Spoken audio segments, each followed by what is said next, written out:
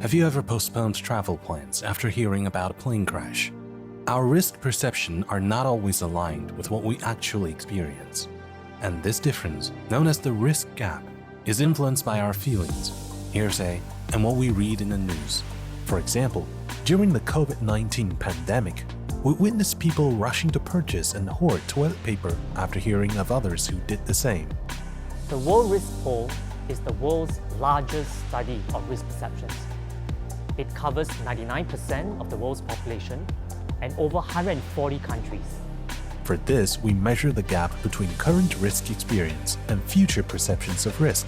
There were interesting global insights and fascinating local case studies. The risk gap was tabulated through aggregation of individual risk gaps in common risk domains across the world, including severe weather events, violent crimes, food, water, electrical power lines, and household appliances and mental health issues. The study revealed intriguing insights from Mongolia. Severe weather events in Mongolia are becoming more frequent due to climate change. And there's also been a greater fluctuations in temperatures between seasons, which poses a greater risk to the country's water security and agricultural industry. So today, about 50% of Mongolians are living in the capital city and have better access to public services and infrastructure.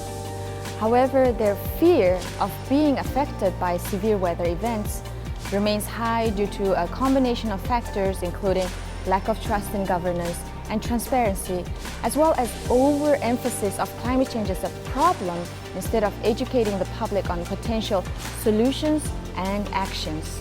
We've been conducting qualitative research, a series of interviews with the public, to try to understand better how values connect up with people's climate risk perceptions.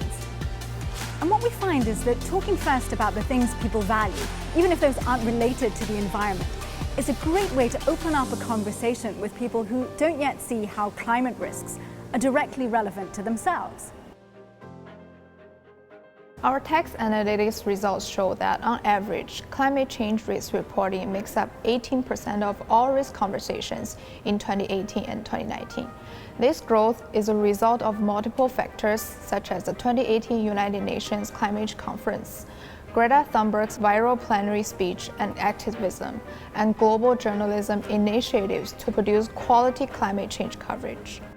I've worked across the policy spectrum, from being a consultant to a policymaker, and now as a researcher. I have the privilege of 3 vantage points, and sometimes it's not the policy, but how we frame the policy communications. Let me give you an example from a climate change perspective. There are 2 existing ways we frame climate change. The first way is a balanced perspective. We're not sure about whether climate change is true or not. We need to give contrarian views. But that's categorically not true. Climate change is real, and we need to act now. The second way is the other end of the spectrum, the doom and the gloom. Climate change is catastrophic. The train has already left the station. But that again is categorically not true. Climate change, we can do something about it, and we have to do it now. That's why it's critical to focus on climate as a risk, because framing climate as a risk spurs discussion, mitigation, and action. And that's what we need for climate change now.